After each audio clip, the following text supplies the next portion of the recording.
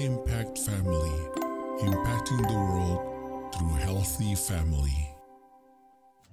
Shalom saudara-saudara, selamat berjumpa dalam Impact Family.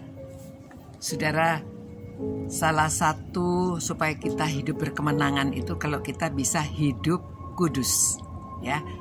Jadi pada waktu Yosua akan memeriksa kota Yeriko, dia mengajak semua rakyatnya dan juga para imam akan membawa tabut menyeberang Sungai Yordan.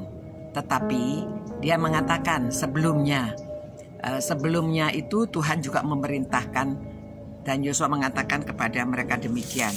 Dari Yosua pasal 3 ayat 5, berkatalah Yosua kepada bangsa itu, kuduskanlah dirimu, sebab besok Tuhan akan melakukan perbuatan yang ajaib di antara kamu. Jadi kuduskanlah dulu. Bagaimana menguduskan diri, saudara?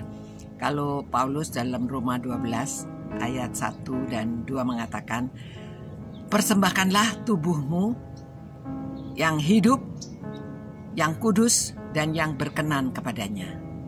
Lalu dia mengatakan kita harus mengubah budi kita. Jangan seperti dunia ini, tetapi hidup yang berkenan kepada Tuhan.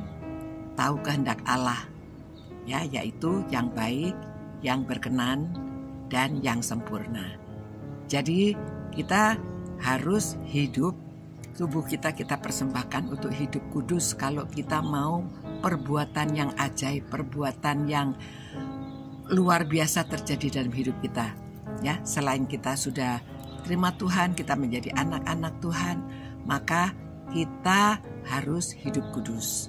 Nah, apa yang terjadi pada waktu itu Yosua, keesokan harinya setelah mereka menguduskan diri, mereka akan menyeberang Sungai Yordan, dan terjadi demikian, saudara. Ayat 16. Maka berhentilah air itu mengalir. Air yang turun dari hulu melonjak menjadi bendungan jauh sekali di dekat Adam, kota yang terletak di sebelah Sartan. Sedang air yang turun dari Laut Araba itu, yaitu Laut Asin, terputus sama sekali. Lalu menyeberanglah bangsa itu di tentangan Yeriko, ya, waktu mereka mau menuju ke Yeriko.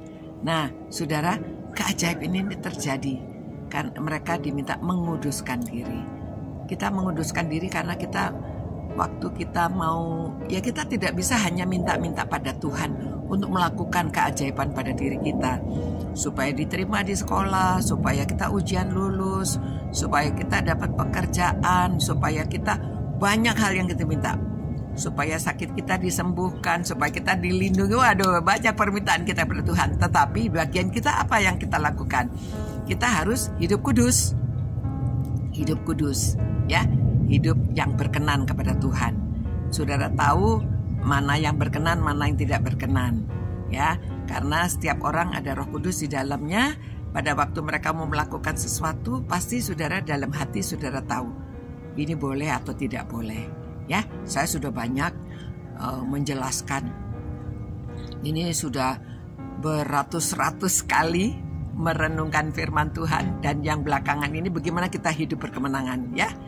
Jadi kalau mau hidup berkemenangan, mau keajaiban Tuhan terjadi pada diri kita, kita harus hidup kudus, ya, hidup yang berkenan kepada Tuhan. Nah, mari kita menjadi anak-anak Tuhan yang hidup kudus, yang berkenan. Kita berdoa, ya.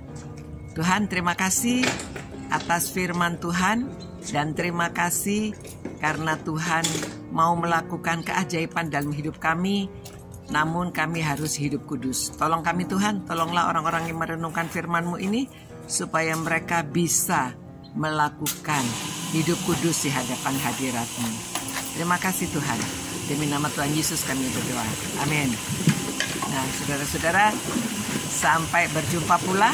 Semoga saudara bisa hidup kudus, hidup berkenan kepada Tuhan, dan banyak mukjizat dapat terjadi di dalam hidup kita. Ya, amin. Sampai berjumpa pula.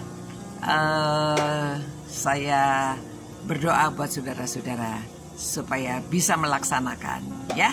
Bukan saja hanya mendengarkan firman, tapi kita harus membaca firman Tuhan dan kita mempelajari, kita merenungkan, dan kita menghafalkan ayatnya. Waduh, kayaknya banyak ya saudara, tetapi semua itu supaya kita hidup lebih dekat kepada Tuhan.